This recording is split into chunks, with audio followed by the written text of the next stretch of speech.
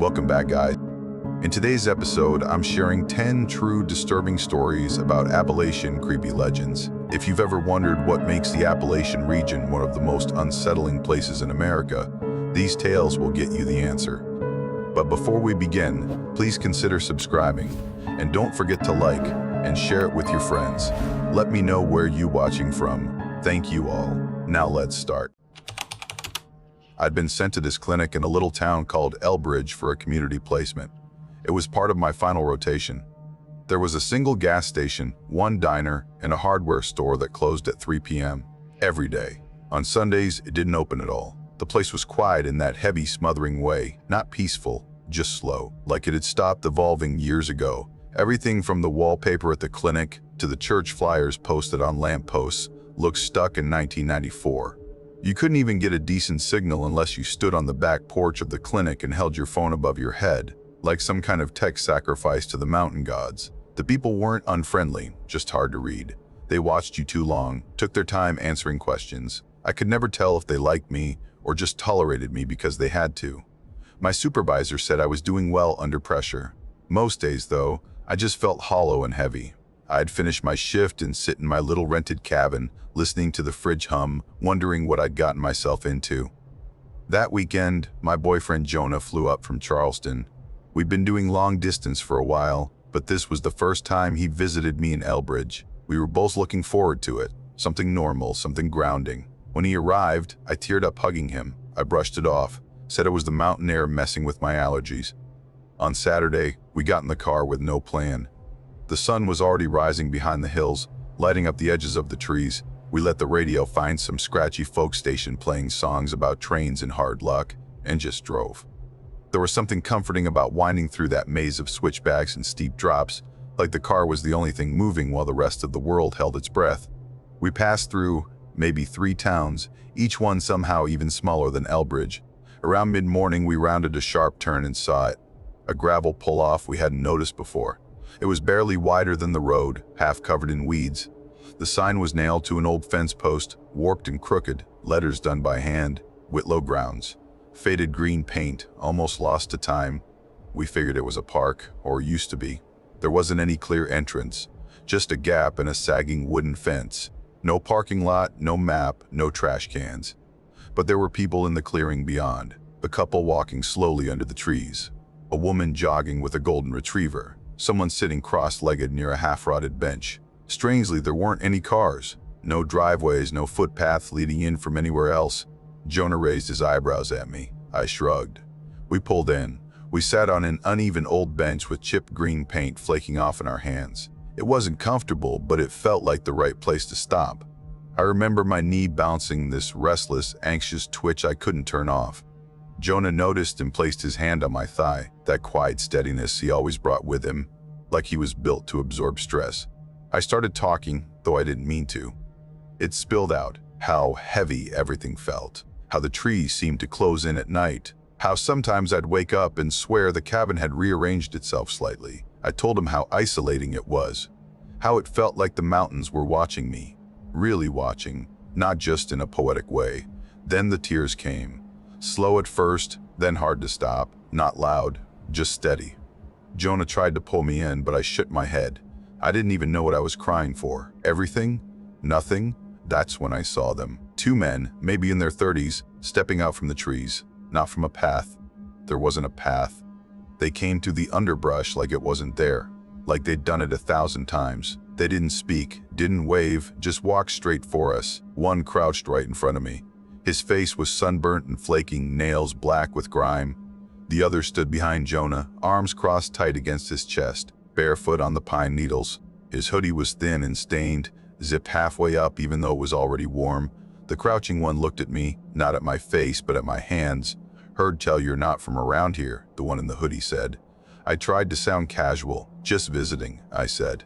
My voice cracked on the second word. The crouching one nodded, like that made sense somehow. Then he leaned in, just a little. His voice was low, so low I had to lean forward to hear. "You heard of the Morning Man?" I blinked. "What?" He didn't repeat it, just kept going like I had. "He comes around when people cry where they shouldn't, leaves something in your place. Most folks don't notice what's gone till it's already too late." There was no emotion in his voice. He could have been reading a weather report. I looked at Jonah. He wasn't smiling anymore. "He likes things that feel sad," the man added, glancing at the bench, then back to me. Something in my stomach turned cold, heavy, like swallowing a stone. I grabbed Jonah's hand. "We're going." We stood slowly, trying not to spook them, moved past them without a word. Neither man reached out, but both watched us all the way back to the car. Just as I opened the driver's side door, I heard it. Soft, almost a whisper. "He's already here." We didn't respond. The car doors shut louder than I meant them to. Jonah didn't turn on the radio. We didn't speak. We just kept driving until the trees felt farther apart and the road stopped winding like it was trying to trap us. 10 minutes later, he looked over. "Did you bring your keychain?" I always carried a little silver compass, a gift from Jonah. Our initials were etched into the back. I reached into my pocket. Empty. Checked my purse. Nothing. Gone. Not just missing, but gone, like it had never existed. Back at the cabin, we tried to pretend it was fine. We made pasta. Watched half an old movie on my laptop. But neither of us was really in it. The silence felt too loud. That night, I woke to a tapping sound. Just one tap, maybe two. I stared at the window for what felt like an hour, too afraid to move. The darkness outside felt thicker than usual. I didn't open the blinds. The next morning, Jonah was going through his messenger bag when he stopped suddenly. My recorder's gone. He always kept it with him. It had his dad's voice on it, saved from old tapes and messages. That little leather recorder was like a part of him.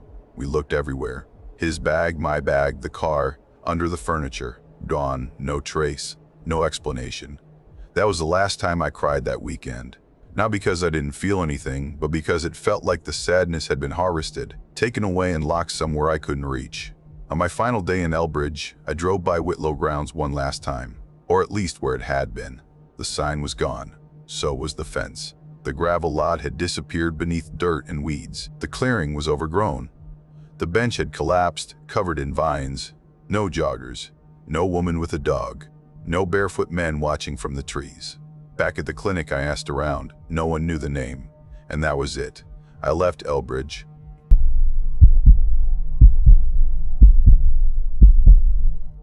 I was 32 when I went too far past the old trails that wind behind Briar Ridge.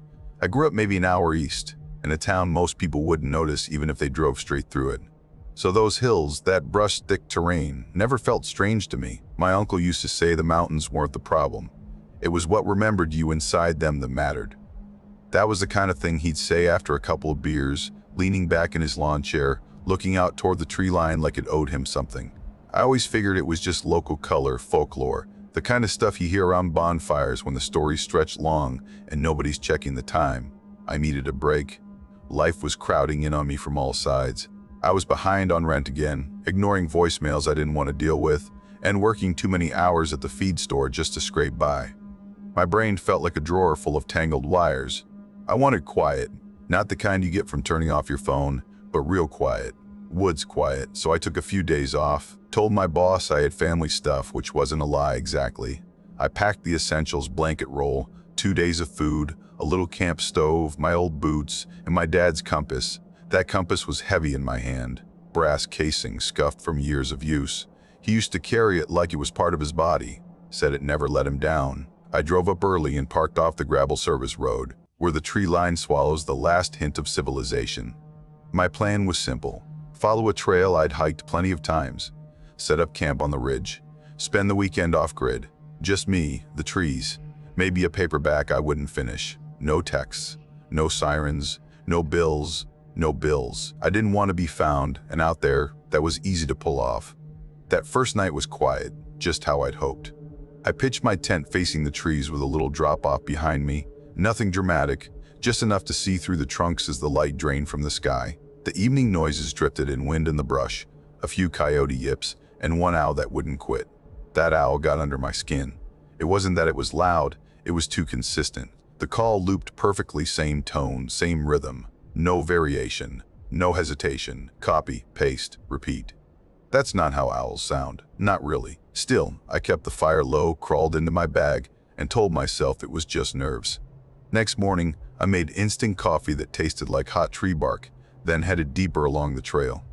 Around mid-morning, I saw a path I didn't recognize. narrow, choked with thorn vine and underbrush, curving left at an angle that didn't make sense. Not fresh game trail. The ground was worn but old, like something had used it often, then stopped. I should have ignored it, should have kept walking. Instead, I veered left.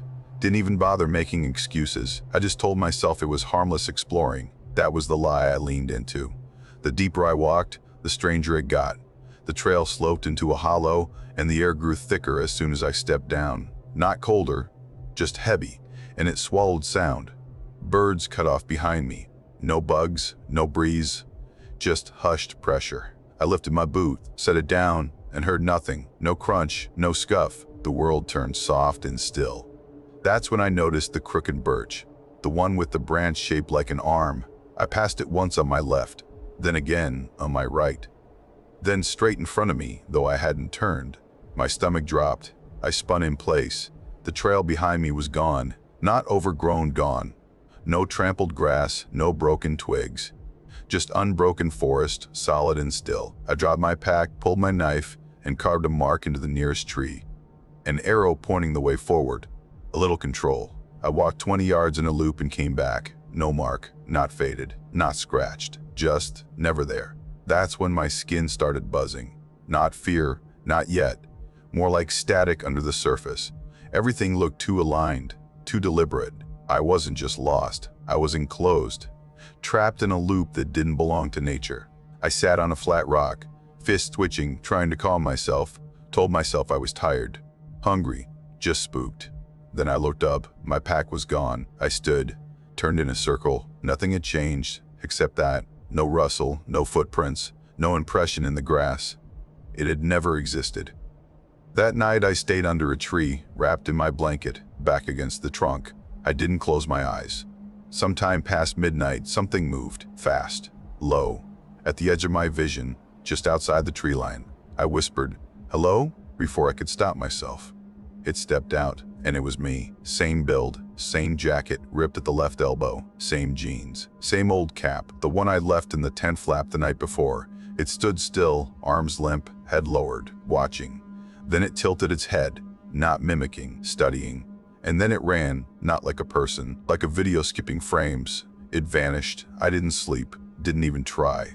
I shook until morning. At first light I moved, didn't think, didn't plan, just picked a direction and walked hard. Crashing through underbrush, ignoring the compass swinging uselessly at my hip. I aimed for the brightest light. East, maybe. Time blurred. Minutes or hours, I couldn't tell. Then I stepped into a clearing. A perfect circle. Too perfect. In the center, my pack, zipped, clean, water bottle full, sleeping bag neatly rolled. And on top, one stick of jerky. I hadn't packed jerky. I crouched at the edge, staring. No footprints, not even mine. Only one set of tracks led in. Boots just like mine. My boots. I backed away. Didn't look back. It took the rest of the day, but I hit gravel at last. Almost cried when I saw it. I stumbled to the road and collapsed by a ditch. A guy in a four-wheeler came by a few minutes later. He stared at me for a long time before speaking. "You coming from Briar Ridge?" he asked. I nodded. He didn't say another word until we reached the park gate. As I stepped off, he leaned over his handlebars. "Whatever followed you out," he said, "don't bring it back." That was all. That night I burned the jerky behind my shed, poured bleach in the water bottle, sold the pack online. I haven't been back to those woods.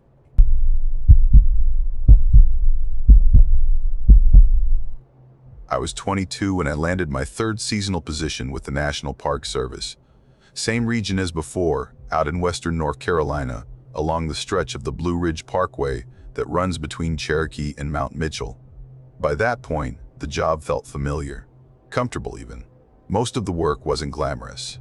It was back-end stuff, maintenance mostly, repainting trail markers that had faded under a year of sun and rain, clearing out trees that storms had taken down like bowling pins, checking lean-tos and backwoods shelters to make sure they weren't already claimed by raccoons, or worse, before the colder months moved in.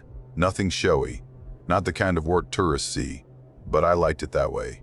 It was the kind of solitude that felt earned, steady. I'd been doing it long enough to recognize most of the crew by name. Roy, my supervisor, had become a kind of anchor. He'd been there longer than any of us and treated the place like a quiet kingdom. Friendly, sharp, no nonsense. The sort of guy who could fix a chainsaw with a pocket knife and a scowl. Everyone respected Roy.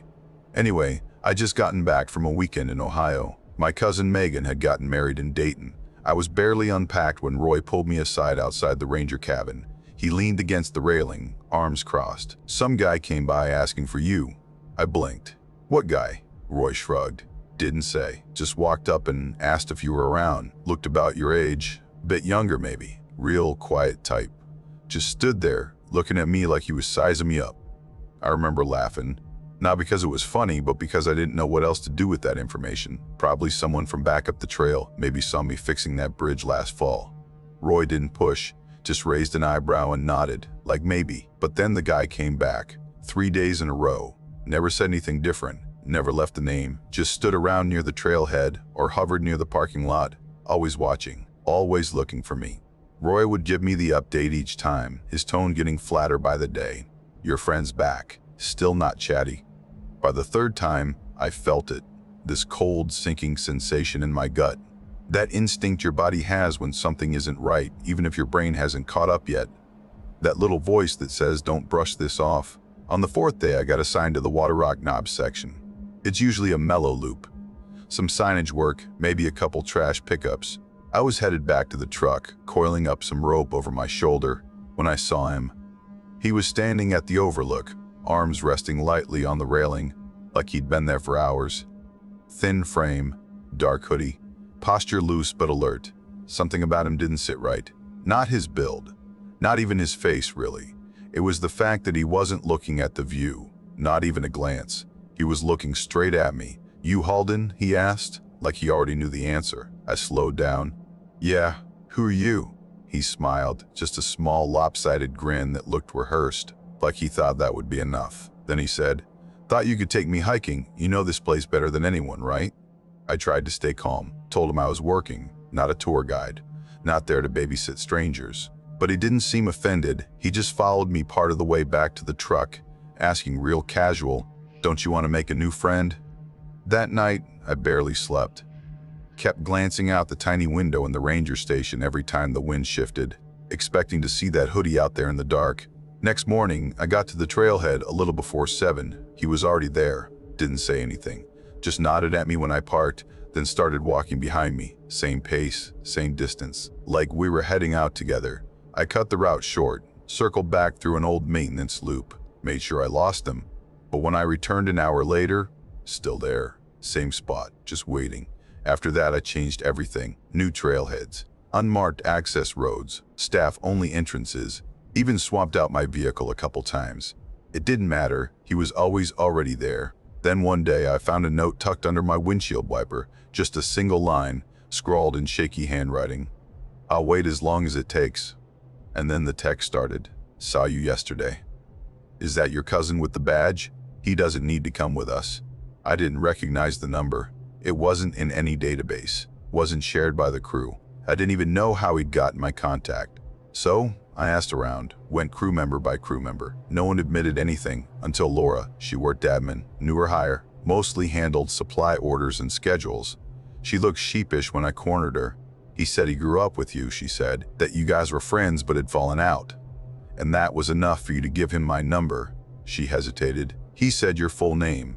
Figured it checked out." That's when it hit me. This wasn't random. He'd studied me, watched, learned. Got my full name, my routines. I told Roy, "If he shows up again, I don't care how. Just get him out of here." Roy looked uncertain. "Are we sure he's not just a weird, lonely kid?" I just stared at him. Roy sighed. "Okay, I'll handle it." And for a little while, things went quiet. 2 weeks passed. No more notes, no more texts, no sightings. I started thinking maybe it was over. Then I showed up for a shift at the field cabin, and he was sitting at the table, wearing a ranger jacket, smiling like we were old college roommates. "This is Eli," Roy said. "New transfer. Says he's from down the ridge." I couldn't move. My arms went numb. "That's him," I said. "That's the guy." Everyone froze. Eli just kept smiling. I talked to the foreman, laid everything out. He seemed genuinely surprised. He applied through standard channels. Background check came back fine. "I didn't know he knew you." "I'm not working with him," I said. Period. "We'll adjust the schedule. Keep you on different shifts." That was a lie. For the next 4 days, Eli was on every shift I was on. He never said another word, but he followed me everywhere, just far enough back on the trail that I could hear the crunch of his boots behind mine. At lunch, I'd sit inside the break cabin, and he'd be outside pacing, watching, never eating, never working. Every night came more messages. "Why won't you talk to me? You'll see. This place is ours." And still, at work, he never acknowledged me. Even Roy started noticing. "He hasn't done a damn thing all week," he muttered one afternoon. "Just trails after you like a ghost." Day 6, I woke up early and stepped out to get water. Eli was standing barefoot in the frost, arms out, palms up, like he was feeling something in the air. It was 36 degrees. That was the last straw. I marched to the foreman and said, "He's off. Something's wrong. He's not here to work." They let him go later that day.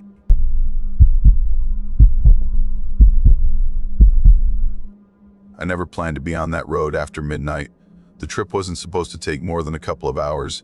Drop off a couch and a couple of chairs at my buddy's new place out near the foothills, grab something to eat, hang out for a bit, and then head back to the city before it got late. That was the plan. Simple. What I didn't plan on was losing track of time while we talked, or that storm rolling in out of nowhere just as I was wrestling the last chair into the back of my truck. By the time I shut his tailgate and climbed in, it was close to 11:30. The rain had turned those country roads into shiny black snakes winding through the hills. GPS was fine for the first stretch, then the bars dropped, one, then another, until the screen froze completely. No signal, no service. I stared at that little spinning wheel like it owed me something. After a minute, I figured, whatever, I'll keep going west. Eventually, I'd hit the main highway. Except that's not how those back roads work. Out there, you take one wrong turn and the world folds in on itself. Everything starts looking the same. The deeper I went, the stranger the road felt. First, the painted lines disappeared. Then the shoulders. The trees leaned closer, like they were reclaiming the asphalt. Every so often, my headlights would catch a flicker, eyes reflecting, low to the ground. Deer maybe, or raccoons, or something else. Whatever they were, they bolted before I could get a good look, which honestly was fine by me. After about 20 minutes of winding through endless curves, I passed this old sign. It looked like it had been there since before cars were a thing. The wood was gray and splintered, like a bone left in the sun too long. The letters carved into it were almost gone, but I think it started with a D.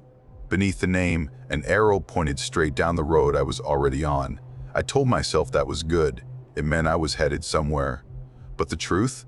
It didn't feel that way. There hadn't been a single house or gas station for miles, just black trees and cracked pavement disappearing into more black. And then I saw her. She was on the right side of the road, just past a sharp curve.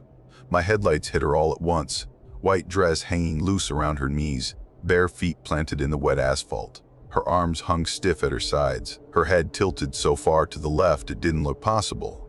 For a second, my brain tried to make sense of it, tried to tell me she was bending over or stretching or something normal, but it wasn't that. It was wrong. I let off the gas without even realizing it. The truck slowed, and for half a second I almost stopped. Almost. But then this feeling hit me. Heavy, like something deep in my chest whispering, "Don't." Not words, not a voice. Just pure instinct, as old as breathing. So I kept going, eyes forward, hands locked on the wheel. But as I passed, I caught her in my peripheral vision, hair clinging to her face in wet ropes, skin pale under the glare of my headlights. She didn't move, didn't turn, just stood there, head bent like she was listening for something under the asphalt. By the time I realized I was holding my breath, I was already past her. My hands were slick on the wheel, and I made the mistake of checking the rearview mirror. She was gone, the spot where she'd been, empty. I pressed the gas harder, muttering out loud like an idiot. Okay, probably nothing, probably fine. People walk roads sometimes, right? Hitchhikers, somebody whose car broke down. Sure, but barefoot? In the rain? Out here? At midnight? No. Just no. 2 miles later, my brights picked up another figure. Same white dress, same bare feet, same head tilted at that awful angle. I told myself it wasn't the same woman. Couldn't be. But the way the dress hung clinging like it was soaked through, it was identical. My jaw locked. This time, I didn't slow down. Didn't even let my eyes flick toward her. I just stared at the road, what was left of it, and drove. Hard. My chest felt like a vice. My breath came sharp and shallow, fogging up the windshield. Every nerve in my body screamed to look behind me, but I didn't. Not yet. When I finally did, there was nothing back there. Just darkness that looked thicker than it should. Then, maybe 5 miles later, she was in the road. Dead center. Facing me. I hit the brakes so hard my seatbelt dug into my shoulder. Tires screamed across wet pavement, and the truck fishtailed before jerking to a stop just short of her. My wrists burned from gripping the wheel. The headlights cut through the rain and pinned her in perfect white light, and then she wasn't there. Gone. Like she'd never existed. No sound, no blur of movement. Just empty road. I sat there for a full minute, engine idling, heart beating so hard it shook my arms. I thought about turning around. Really thought about it. But the idea made my stomach twist in a way I can't explain. It felt worse than anything. Like if I turned back, I'd never make it out. So I kept going. The road started climbing, curling higher into the hills. The trees pressed so close they might as well have been walls. Every bend folded in tighter, then light. I nearly cried when I saw it, a gas station. Or what looked like one. Rusted pumps leaning like broken teeth. A single bulb glowing reek over the door. Civilization. A phone, someone who could tell me where the hell I was. I pulled in fast, gravel spitting under the tires. Killed the engine. The pumps looked like they hadn't pumped anything since the Carter administration. The windows were so coated with grime, they might as well have been painted black. But the light was on. Someone had to be there. The rain had stopped without me noticing, but the air felt heavier somehow. Thick, like breathing under a wet blanket.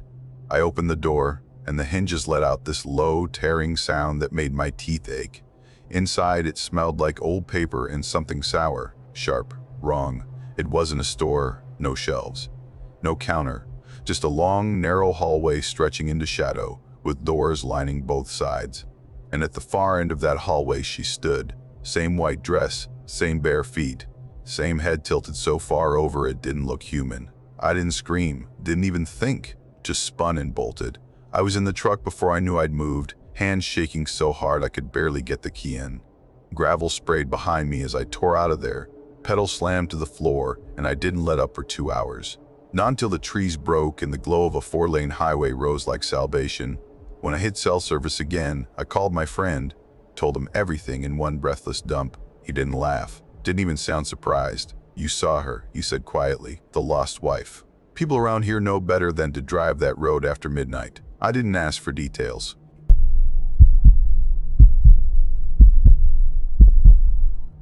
I'd been visiting a friend in Virginia and decided to take the long way home. The plan was simple: avoid the boring interstate and drive through the mountains instead. My GPS showed this backroad route through the Appalachians that would shave off almost an hour less behind the wheel. Sold. It sounded better than endless highway stretches, and honestly, I like back roads. They feel quieter, less rushed. What I didn't really think about, stupidly, was how early it gets dark out there. Cities trick you into thinking sunset means something. Out in the mountains, the second the sun dips, it's pitch black. By the time I hit the foothills, it was gone. The road started folding in on itself, like someone had taken a ruler and snapped it. 2 narrow lanes, no streetlights. Nothing but tree trunks pressing in from both sides, like they were trying to squeeze the road out of existence. I kept telling myself it was fine. Just a road. People drive these all the time. All I had to do was follow the glowing blue line on my GPS, and I'd be out before I knew it. About 30 minutes in, I passed this diner. One of those brick boxes with peeling paint and a flickering neon sign that looked like it hadn't worked since the 90s. It was the first sign of life I'd seen in a while, and I figured caffeine was a good idea. If I was going to keep winding through this forest, I needed it. The inside smelled like old coffee and fryer grease. 2 old guys sat in a booth by the window, barely looking up when I walked in. The guy behind the counter was heavy-set, apron-stained, arms resting on the formica like he was welded there. When I told him the route I was taking, his face twitched. Just a little, but I caught it. "You taking Hollow Ridge?" he asked. I glanced at my phone. That was the name on the screen. "Yeah." "Why?" He shook his head slowly, like I just told him I was going swimming with cinder blocks tied to my feet. "Don't take Hollow Ridge after dark." I let out a nervous laugh. "Honestly, what do you even say to that? Why not?" He looked at me for a long second. His eyes were flat, like he wasn't trying to scare me. He was just stating a fact. "Because you won't like what you find out there. Then he poured my coffee and walked away like the conversation was over. No explanation, no details. Just dropped that line and moved on like it was the weather. I should have turned around right then, but I didn't. I told myself he was just some local with a spooky story he liked to tell out-of-towners for kicks. So I left, got back in my car, and drove straight toward Hollow Ridge. At first, it looked like any other back road. Just a long strip of asphalt curling through the woods. The trees were so dense it felt like driving inside a tunnel carved out of blackness. My headlights barely reached beyond the next curve, and past that it was nothing but dark. No houses, no mailboxes, no reflector posts. I kept driving. 5 minutes, 10 minutes, 15. That's when it hit me. I'd been making the same left curve, the same little dip, the same uphill climb over and over. Like someone had copied and pasted the same mile of road 100 times. I grabbed my phone. The GPS screen was frozen. No signal. Okay, fine. Not the end of the world. I had gas. I had a car that worked. All I had to do was keep driving, and eventually I'd hit something. A gas station, a town, anything. Then I saw the sign. It was nailed to a tree on the right side of the road. A crude wooden board with letters slapped on in messy white paint. West LO down. They walk here. I laughed out loud. Couldn't help it. It was such a cliché horror movie thing to see. Probably kids messing with people dumb enough to wander this far out, except there weren't any houses, no lights in the distance, nothing. But I kept driving, because what else was I supposed to do? Turn around on a road barely wide enough for 2 cars and hope nothing came around the bend? No thanks. The first time I saw one, I thought they were just a stranded person, someone who needed help. They were standing in the middle of the lane, about 50 feet ahead. My headlights swept over them, and for a split second, I actually slowed down. Jeans, a faded hoodie. Then my brain caught up. The skin was wrong. It wasn't just pale. It was stretched too tight, like someone had pulled it across the bones and kept pulling even after it should have torn. No eyes, no nose, just a slit where the mouth should have been. Even that looked fake, like someone carved it with a dull knife. Then they tilted their head, slow, stiff, like a mannequin on a broken hinge. Every hair on my body stood on end, my chest locked up. I didn't think. I just slammed the car into reverse so hard the gears made a sound I've never heard before and hoped to God I never hear again. The tires screeched, the car fishtailed. I spun the wheel to turn around, heart pounding so hard it hurt, and then my headlights hit the road behind me. 2 more of them, standing dead center just like the first one. Same slack arms, same blank skin, same slit mouths, and the second the light touched them, they moved. Not walked, ran, but the way they ran wasn't human. Too fast, too stiff, like someone was yanking them forward on tangled strings. I floored it, swerving so close to the first one that I swear I could have reached out the window and touched its shoulder. I glanced in the mirror. They were chasing me, all 3. And no matter how fast I went, every time I looked back, they were closer than they should have been. I don't even know how long I drove. I just know the road kept twisting tighter and tighter, like it was trying to knot itself around me. My phone sat dead on the passenger seat, GPS frozen like it had given up on me. That's when I saw another sign. Same messy white letters on another board nailed to a tree. Turn A around now. I almost laughed, like I had a choice. For 10 more minutes it was just curves, curves, curves. No figures in the mirror anymore, which somehow made it worse. If they weren't behind me, where were they? Then the road ended. 1 second I was tearing around a bend. The next, my headlights hit a rusted metal gate blocking the way. Beyond it, woods. Nothing else. The gate was locked with a chain thick as my arm. I hit the brakes so hard the car fishtailed. My seatbelt dug into my chest. I whipped my head toward the rear view. Empty road, completely empty, like nothing had ever been there. I don't remember turning around. I just remember the next thing. The sudden shock of being back on a paved highway under a green exit sign for a town I didn't know. My GPS lit up like nothing happened, calm as ever. Continue for 12 miles. Sure, no problem. My hands were shaking so bad I could barely grip the wheel. I pulled into the first gas station I saw and locked the doors. Sat there for half an hour, chest heaving like I'd just run a marathon. When I finally went inside to buy water, the clerk gave me a look. You okay? You look like you saw a ghost. I laughed. It came out more like a choke, something like that. When I told him I'd been on Hollow Ridge, his expression dropped flat. "You took Hollow Ridge?" he said, like that explained everything. "Yeah," I said. "What's the deal with it?" He didn't answer, just shook his head and muttered, "People don't drive there at night."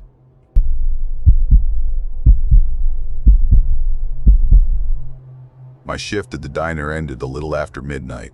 Normally I'd make it just in time to catch the last bus, but I got stuck scrubbing out the fryer. That thing was like a crime scene. By the time I finished and clocked out, the bus was long gone. That left me with two options: crash in the storeroom or walk, and honestly the storeroom isn't exactly cozy. Fluorescent lights, boxes of ketchup packets, and a mop bucket that smells like old pickles. No thanks. So I decided to walk.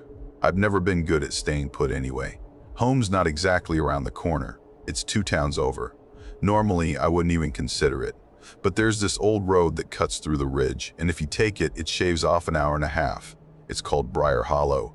People around here talk about it like it's haunted. When I was a kid, my mom used to warn me, "Don't whistle if you walk through Briar Hollow. Don't answer if something whistles back." She'd say it real serious, like she was warning me about touching the stove. I always thought it was one of those things parents make up to keep kids from wandering too far. You know, the stranger danger version of a bedtime story. But standing outside the diner, staring at that empty street, I didn't care about old stories. I just wanted to get home and sleep in my own bed. So I started walking. Briar Hollow in the daytime? It's nothing. A cracked, winding road with weeds creeping up through the asphalt and trees pressing in from both sides. At night, different story. No glow from houses. No porch lights, nothing, just the road. And you. I jammed my hands in my jacket pockets and started down the slope, breath fogging in front of me. It was colder than I expected. The kind of cold that makes your fingers ache if you pull your hands out too long. The first thing I noticed was how quiet it was. Out there, you expect some kind of noise. A cricket, wind in the leaves, something. But it was dead silent. Just the crunch of my boots on gravel and my own breathing. About halfway through, it happened. A whistle. 2 notes, clear as glass. I stopped like I'd walked into a wall. At first, I told myself it was the wind. Had to be, right? But wind doesn't hit 2 perfect notes like that. It sounded intentional. Like someone was standing just out of sight, waiting for me to notice. I turned around. The road behind me was empty. No cars, no glow from headlights, nothing. I pulled out my phone screen, lit up blue against the dark. Of course, no signal, because why would there be? So I kept walking, a little faster this time, telling myself it was nothing. Maybe some drunk guy messing around, maybe a hunter. Guys like that love scaring people. Then I heard it again. Same 2 notes, same pitch, this time closer. I spun around so fast my neck popped. Nothing, just the same stretch of black road, and the dark pressing in on both sides. My stomach knotted. All those stories I'd laughed at in high school started creeping back in. The thing about Briar Hollow, people say the whistle doesn't stop until you answer. I didn't plan on finding out. I kept moving, fast, not running, because for some reason that felt like the worst thing I could do. But fast enough that my steps sounded too loud in the silence. My pulse was pounding so hard I could feel it in my ears. Then, it came again. 2 notes, definitely closer. That was when my body betrayed me. My legs wanted to run so bad I could feel them twitching, but that warning, "Don't run, don't let it chase you," crawled up from the back of my brain and held me in place. So I forced myself to walk, quick, steady. Every muscle tight, every nerve screaming. The trees leaned in on both sides, branches knotted overhead like fingers lacing shut. My phone's flashlight shook in my hand, making the shadows jump like they were alive, and that's when I saw it. Between the trees, maybe 30 feet off the road, something pale, a face. At least I think it was a face. White, too white, too white, like paper stretched over bone. Its mouth was open in this grin that didn't belong to anything living. Too wide, too many teeth. And then it was gone, slipping back behind the trees like water draining away. My throat locked up so hard I couldn't even swallow. My legs moved on their own now. Faster, faster, faster, and then the whistle, right behind me. I whipped around so hard the flashlight almost flew out of my hand. Nothing on the road, nothing anywhere. But then, like an echo that wasn't an echo, I heard it again. Ahead of me this time. 2 notes, sweet, almost gentle, like someone humming through their teeth. One behind me, one in front. That broke something in me. I ran, I didn't even think. I just took off. tearing through the dark like the world was on fire. I went off the road, scrambling up the slope where the trees were thicker. Branches whipped my arms, ripped my jacket open, but I didn't care. Dirt slid under my boots, roots grabbed at my ankles, but I kept going. Every few steps I'd hear it again. That whistle. Closer every time. I didn't look back. Couldn't. My eyes locked on the glint of a guardrail up ahead. The highway. Safety. When my hands slammed into that cold metal, I nearly sobbed. I hauled myself over and collapsed on the asphalt. Chest heaving. Lungs burning like fire. That's when headlights swung around the bend, flooding the road in white. For a second, I thought I was safe. Until I saw it. It was standing at the tree line across the highway. Tall. Too tall. Its limbs bent wrong, like it had borrowed someone else's body and didn't know how to use it. Its head tilted to one side just a little too far, like its neck didn't have bones. That grin was still there, stretched so wide I could see black gaps between teeth, and its cheeks, God, its cheeks bulged like something was stuffed inside. The headlights washed over it for 1 second, long enough for me to see the black liquid leaking from its mouth, dripping slow down its chin. Then the car passed, and it vanished like smoke. I didn't wait. I flagged down the next truck I saw, yanked the door open before the driver even stopped, and didn't breathe until Briar Hollow was just a smear of trees in the rear view.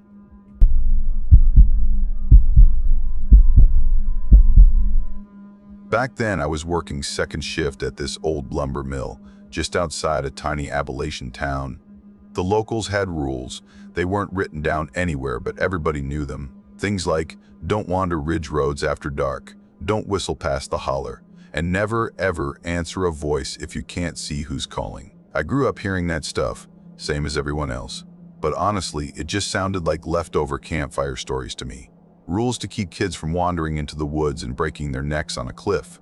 Nothing more. That night started like any other. My shift wrapped up a little after 11. Most folks cleared out quick because that's what you do when it's late and the woods feel heavier than they should. But I stuck around, shooting the breeze with Boone, one of the old guys at the mill. Boone was a character, the kind of guy who carried stories the way other folks carried chewing tobacco, always ready to spit one out. He told them with a straight face too, never smiling. Made you think either he was the best liar on earth, or he believed every damn word.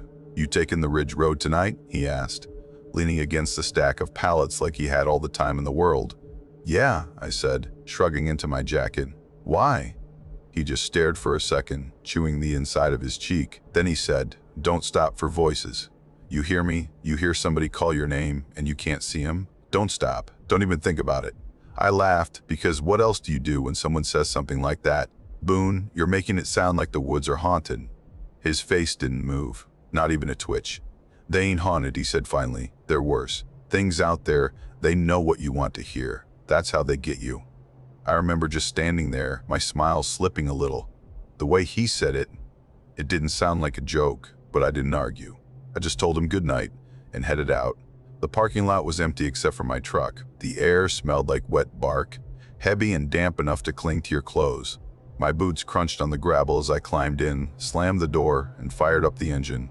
The radio came on low. For half a second I considered turning it off, because the quiet felt safer. The long way home was 30 minutes. The ridge road cut that in half. I'd been up since 5 in the morning, and every muscle in my body wanted to collapse into bed. So yeah, I took the shortcut. That ridge road is the kind of place that makes you believe in nothing and everything all at once. A strip of cracked asphalt twisting through black trees. No lights, no houses, no guardrails. Just you and the void outside your headlights. The kind of dark where, if your engine cut out, you'd hear your own heartbeat louder than anything else. I'd been driving maybe 10 miles when I saw it, something pale on the shoulder. At first I thought, deer. Then it stood up. A girl. Couldn't have been older than 13, barefoot. Wearing a pale dress that clung like it had soaked up a gallon of rain. Her arms hung at her sides like dead weight. Her head tilted down, stringy wet hair hiding most of her face. I slowed down, rolled the window down a few inches. "You okay?" "Nothing." She didn't move. Didn't even twitch. "You hurt?" I asked, because what else do you say? That's when she moved. Slow, so slow it made my stomach tighten. She turned her head toward me. Her face looked pale under the headlights. Lips cracked gray like old plaster. Her eyes, something was wrong with them. I couldn't even tell you what exactly. Just that every part of me wanted to stop looking. I thought about Boone, about what he'd said, but leaving a kid out here, that felt like something I'd never sleep right with. "You need a ride?" She nodded once, just once, no blink, no sound, just a slow, stiff nod. I popped the passenger door. The second she slid in, the cab felt smaller, like the air got heavier. She sat perfect and still, hands folded neat in her lap, staring straight ahead. The dash light made her skin look gray, stretched tight at the wrists, like it didn't quite belong. "What's your name?" I asked, because silence was worse. Her head tilted toward me a fraction. She whispered something I didn't catch. "What?" This time I heard it. One word, soft and flat, like it didn't know how to belong in the air. "Arlen, my name." Every hair on my body stood up. I gripped the wheel so hard my knuckles hurt. "How do you know my name?" She turned her head slow as rust until her face was almost touching mine. Her mouth opened too wide, stretching at the corners. "Arlen." Same dead whisper, same tone, like something learning a word it didn't understand. That's when I saw her hands. They weren't right. Too long. Fingers curling into hooked points. Her skin hung loose, sliding when she moved, like it wasn't attached underneath. I slammed the brakes so hard my seatbelt punched me in the chest. She pitched forward with a sound that wasn't a scream, just air rushing through something hollow. Before the truck even stopped, I was out the door, hitting the ground running. Gravel shredded my knees, but I didn't care. I ran into the trees, branches ripping at my arms, lungs on fire, and still I didn't stop. Behind me, the truck door slammed, then nothing, no footsteps, no breathing, just silence so thick it pressed against my ears.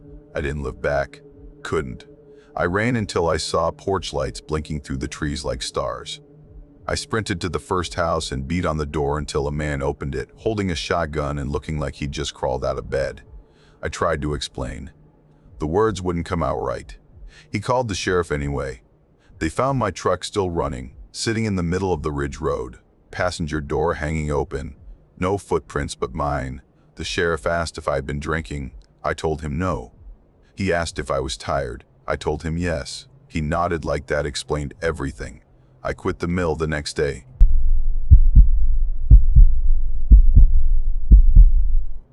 People around here like to talk about the mountains like they're alive. Not just alive as in full of life. Alive in a way that listens, that remembers. You grow up hearing lines from the old timers. Things like, "The trees don't forget," or "Some places don't want you there." They never sound like they're joking, even when they laugh after. And then come the rules, spoken casual, like they don't matter. Don't whistle after dark. Don't call your own name in the woods. And if you hear something calling you, don't answer. I'd heard it all 100 times, never believed a word of it. That November, I decided to spend a weekend alone at my family's hunting cabin. I wanted to disconnect for a couple of days. No cell service, no social media, no neighbor's dog barking at shadows, just quiet. The cabin's been in the family since my grandfather built it, tucked so far back in the Appalachian hills you can't even drive to it. The last stretch is 3 miles on foot. I'd been there plenty of times before, but never alone. That was the point. The hike in didn't feel like I remembered. I don't know if it was the time of year or me being out of shape, but the trail felt steeper, and the leaves were slick underfoot. Half-rotted, soft, sucking at my boots. The trees leaned in on both sides, like they were trying to shut me out. Branches overhead looked like knuckles twisting together. I caught myself checking behind me more than once, unsure if I'd hear someone following. By the time I hit the clearing, the sun was gone behind the ridges. That quick. The light drains faster out there, like someone's pulling it with a plug. The shadows were long, stretching across the clearing like they'd been waiting for me. The cabin looked smaller than it used to, squatter, like it had sunk a little over the years. Or maybe I just remembered it bigger, because I was a kid the last time I'd stayed overnight. The porch sagged in the middle like it was tired. The door fought me when I pushed it open, making this long groan that sounded almost like a voice, which didn't help the mood. Inside, the air was stale and cold in that way that makes your nose sting. Dust hung in the air like powder.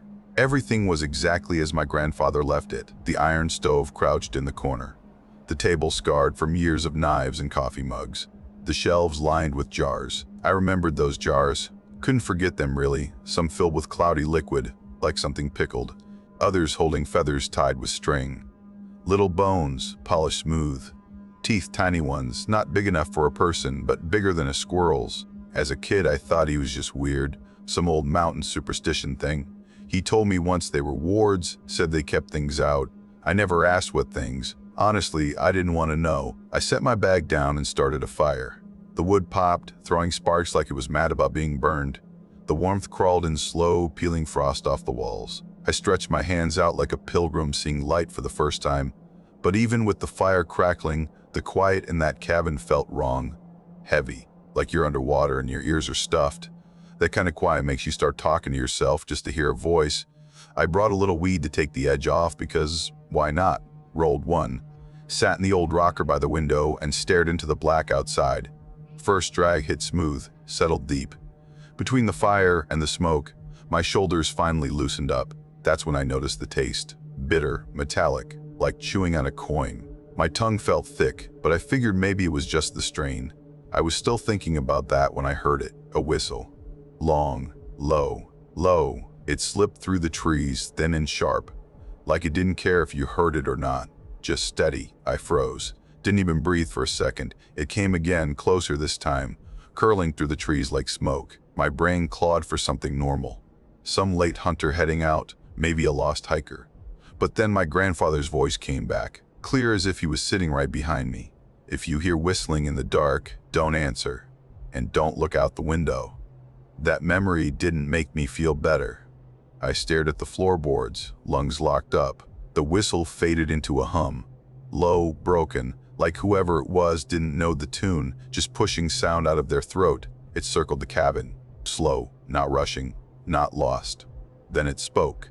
Cold out here. A man's voice, right outside the wall. I gripped the chair arm so hard my fingers ached. The fire popped behind me like a gunshot. I wanted so badly to believe it was just a normal person. But the words didn't sound right. Too flat, like someone reading lines they'd been given. You got a fire going, closer now. Just beyond the door, every hair on my body stood up. I glanced at the shelves, and that's when I saw it. One of the jars was gone. Just an empty spot where it should have been. I hadn't touched them.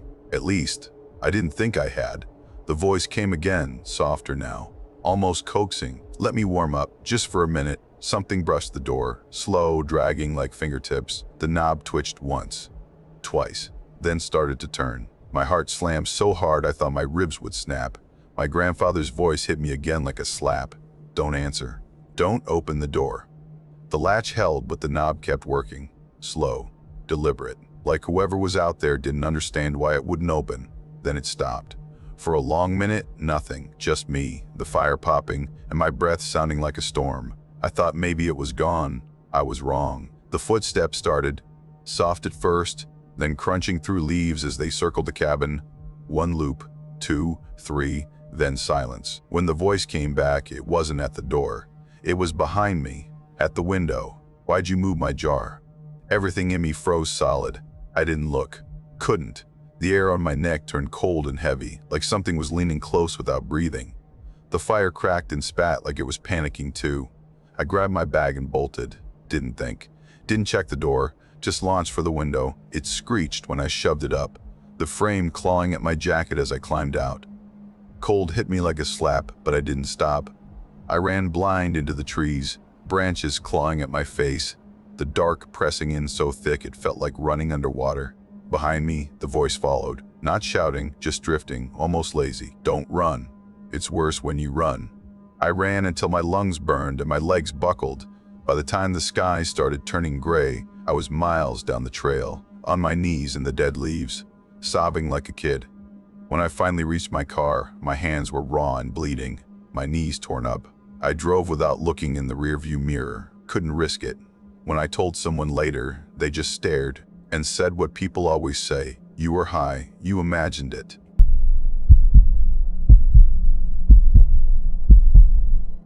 My cousin Evan had been bugging me for months about coming out there, saying I needed to unplug for a while.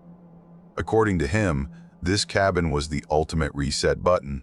No signal, no neighbors, no traffic, just peace and quiet. It sounded fine at the time. A couple of days off-grid, sure. What could go wrong? The drive from home was almost 6 hours, though it felt longer. The road seemed to shrink the deeper we went. First pavement, then gravel, then dirt. After a while, it didn't even feel like a road anymore. Just two muddy tracks that looked like someone dragged a wagon through 100 years ago. I remember thinking, if the car breaks down out here, we're dead. Then the cabin came into view and I stopped wondering. I just stared. I didn't know what I was expecting, but not this. It looked ancient. Not rustic charm old, but decaying wood and sagging porch old. 2 stories of gray, weather-beaten timber leaning to one side, with a roof patched together by rusted metal. The whole thing looked like it was clinging to life. Behind it, the forest rose like a wall of trees. No gaps, no end, just endless green and shadow. Evan hopped out of the truck grinning like this was a 5-star resort. "Perfect, right?" he said. "Perfect," I answered, though my tone probably gave me away. He wasn't lying about the signal. My phone was a dead brick, no bars, nothing. The quiet was heavier than I expected too. You know, that kind of silence that's supposed to feel peaceful? This didn't. It felt like the whole world had gone on pause. The first night was fine. We made a fire, burned through half the snacks we brought, stayed up late talking. Normal. I was almost convinced the trip wouldn't be that bad. Then the next morning, over coffee, Evan dropped it on me. "You ever hear of the Stitcher?" he asked, casual, like he was asking if I wanted more sugar. I laughed because it sounded ridiculous. "What, like some Appalachian boogeyman?" "Not exactly," he said with a half smile that didn't reach his eyes.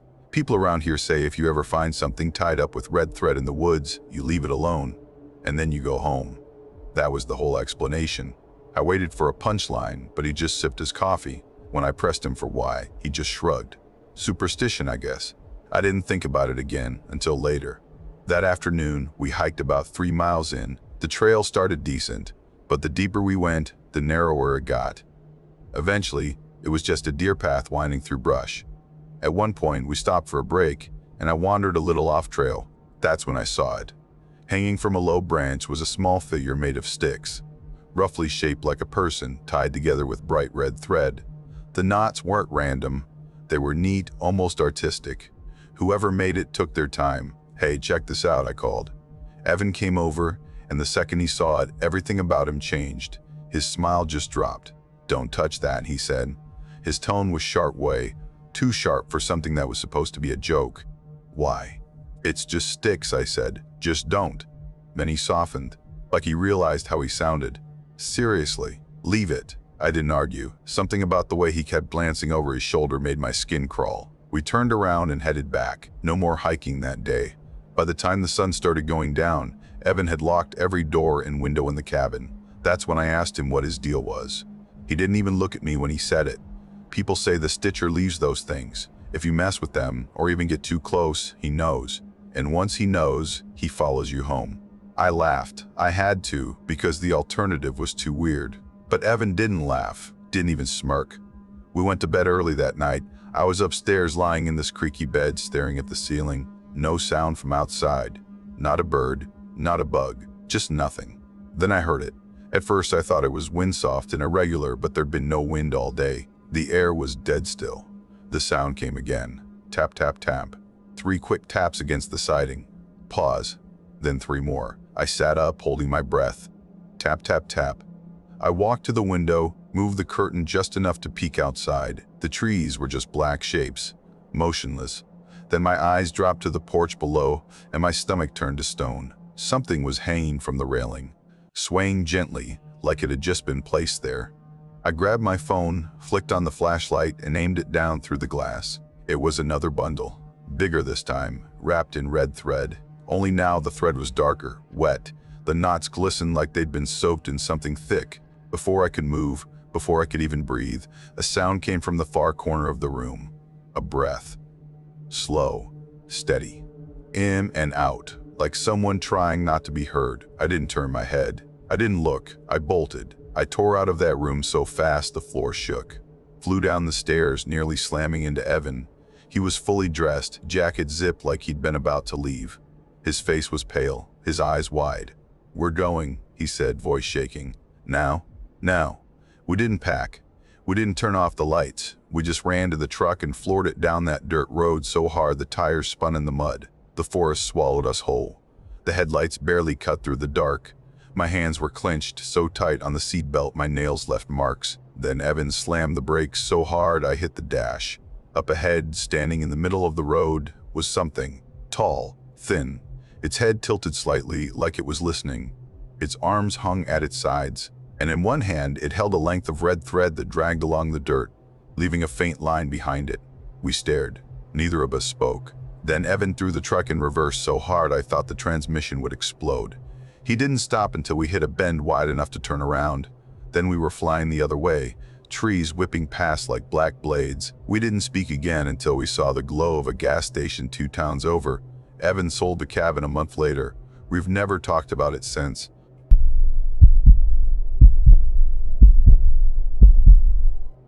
About 3 years ago, I decided to go looking for this abandoned fire tower in the Appalachian backcountry. A friend swore it was the perfect spot for photos. Remote, untouched, and high enough to catch the last bit of fall colors before the leaves dropped. He'd been up there once, apparently, and described it like some kind of hidden treasure. His exact words were, "Dude, you'll thank me when you see the view." He sent me directions as a screenshot because, as he put it, "Don't count on your phone out there." That should have been a red flag. But at the time, it just felt like an adventure. I left mid-morning thinking I'd hit the trail around lunch, maybe spend an hour or two hiking, get some good shots, and be back before dark. Easy. Except the roads out there don't really believe in straight lines. They twist and loop like they're trying to confuse you on purpose. Every mile took me deeper into hills that looked like they'd been forgotten by time. Every sign I passed was older than the last. Paint bleached pale, letters ghosted to nothing. Some didn't even bother trying. Just warped boards nailed to a post, pointing in a direction like that was enough. By the time my GPS gave up and the little blue dot froze mid-turn, the sun had already started dragging shadows down the ridges. Then the pavement ended. No warning. No sign saying, "Road ends." 1 second tires humming on blacktop, the next they were crunching gravel. I kept going, because honestly, what else was I gonna do? The road wasn't really a road anymore. No lines, no reflectors. Just a strip of dirt curling deeper into trees that leaned over like they were eavesdropping. Daylight thinned until it was this weird gray-green, like being underwater. I checked my phone. 0 bars. That's when I remembered my friend's text. "Follow the old mining road until you see the mailbox with a blue handprint. Turn there." Sounded simple enough, except that road stretched on way longer than I expected. For the first time, I wondered if he'd been messing with me. Then I saw it. A mailbox slumped on a crooked post like it was too tired to stand. The metal was so rusted it looked diseased. Across the front, a pale smear of color. Maybe blue once, but so faded it was basically gray. At first glance, it looked like a handprint. Wide, uneven, the fingers stretched too far apart. But the more I stared, the less it looked like a print and more like a drag mark. Like someone pressed their hand down and slid it sideways. I sat there for a good 30 seconds, engine idling, just staring. My brain tried to make it normal, kids goofing off with paint maybe, but something about it felt off, like the shape didn't belong. Still, I turned down the road behind it, because of course I did. This wasn't a road so much as a tunnel chewed through the woods. The trees were so tight the branches clawed at my car. The farther I went, the darker it got. After a mile, it opened into a clearing where a shack leaned like it had given up years ago. From the car, I thought it had collapsed. But no, it was upright, just rotting in slow motion. I stepped out, stretched my back, and that's when I realized what was wrong. No sound, not quiet, absent, no birds, no wind. Not even the faint tick of leaves shifting. Just the crunch of frost-burned weeds under my boots and my own breath, loud enough to feel embarrassing. The shack was worse up close. The windows weren't broken. They were boarded from the inside. And the walls, God, the walls were chewed up. Deep grooves cut into the wood, over and over, overlapping like scars. At first, I thought initials, maybe bored kids with knives. But the cuts didn't make sense, too chaotic, too desperate. Then I saw it. At the bottom, slicing through all the others, one word, fresh and pale where the blade had bitten. T-U-R and A-round. I laughed, out loud. The sound came out flat and wrong, like it didn't belong to me. Probably some local trying to spook hikers. Or maybe a warning for trespassers. Either way, I wasn't planning to touch the shack, I just needed the trailhead. And according to the screenshot, it started right behind it. And sure enough, there it was. A narrow track smothered in dead leaves, barely wide enough to call a path. I started up. The climb hit harder than I expected. The trail zigzagged in tight switchbacks that felt endless. 10 minutes in, the shack was gone, and the trees had swallowed everything behind me. That's when the silence started to feel heavy. My breathing got loud, echoing in my head. Every crunch of leaves under my boots sounded amplified, like the woods were listening. Then, faint but steady, another rhythm slipped in. Soft, delayed. Like something was pacing me, far enough back it didn't care if I heard. I froze, held my breath. Nothing. I told myself it was an echo, or a deer. Had to be. Kept walking.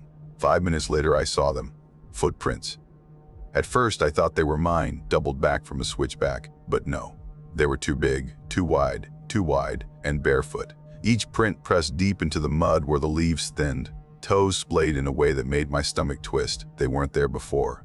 The prints walked beside mine for maybe 20 feet, then slipped off into the brush like something had just stepped away. I stood there too long, scanning the trees until my chest locked up. I don't know why I didn't turn back. Pride? Stupidity? Or maybe because explaining to my friend that I bailed over some weird mud marks felt worse than pushing forward. So I went on, faster now. And then the trees cracked open, and there it was, the fire tower. It rose from the clearing like a skeleton made of rust. The ladder bolted straight up its spine, leading to a platform barely big enough for one person. For some reason, seeing it calmed me. Something solid, something real after all that nothing. I crossed the clearing fast and grabbed the first rung. The metal burned cold. I started climbing, counting rungs like a prayer. 10 feet, 15, then movement flickered below. I froze. Fingers clenched so tight rust bit into my skin. At the tree line, where the trail dissolved into shadow, something stood. Too far for detail, but wrong in every way. Too thin. Its head cocked back like its neck wasn't built for the weight. Arms hanging too long at its sides. It didn't move. But I knew it was looking at me. I climbed faster, heart kicking my ribs, eyes locked on the platform. When I swung over the edge, I didn't look down, not until I had to. The clearing was empty, then metal sang under me, a hollow clang sharp enough to slice the silence. The ladder, one bar, then another, slow, deliberate. I didn't think, didn't breathe. I swung my legs over, gripped the rails, and slid. Rust shredded my palms raw. My boots hit dirt so hard my knees almost buckled, but I didn't stop. The clearing was still empty. I ran, not for the trail, for the trees. I crashed through branches and briars, lungs tearing until the woods spat me out onto the dirt road. My car waited, door hanging open like I'd never closed it. When I turned the key, the headlights washed across the mailbox. That pale handprint glowed like bone. I checked the rear view once. Something stood at the edge of the trees, half hidden in shadow, still too tall. Head still tilted, one arm raised in a slow, broken wave. I didn't look again. I drove until the dirt became blacktop.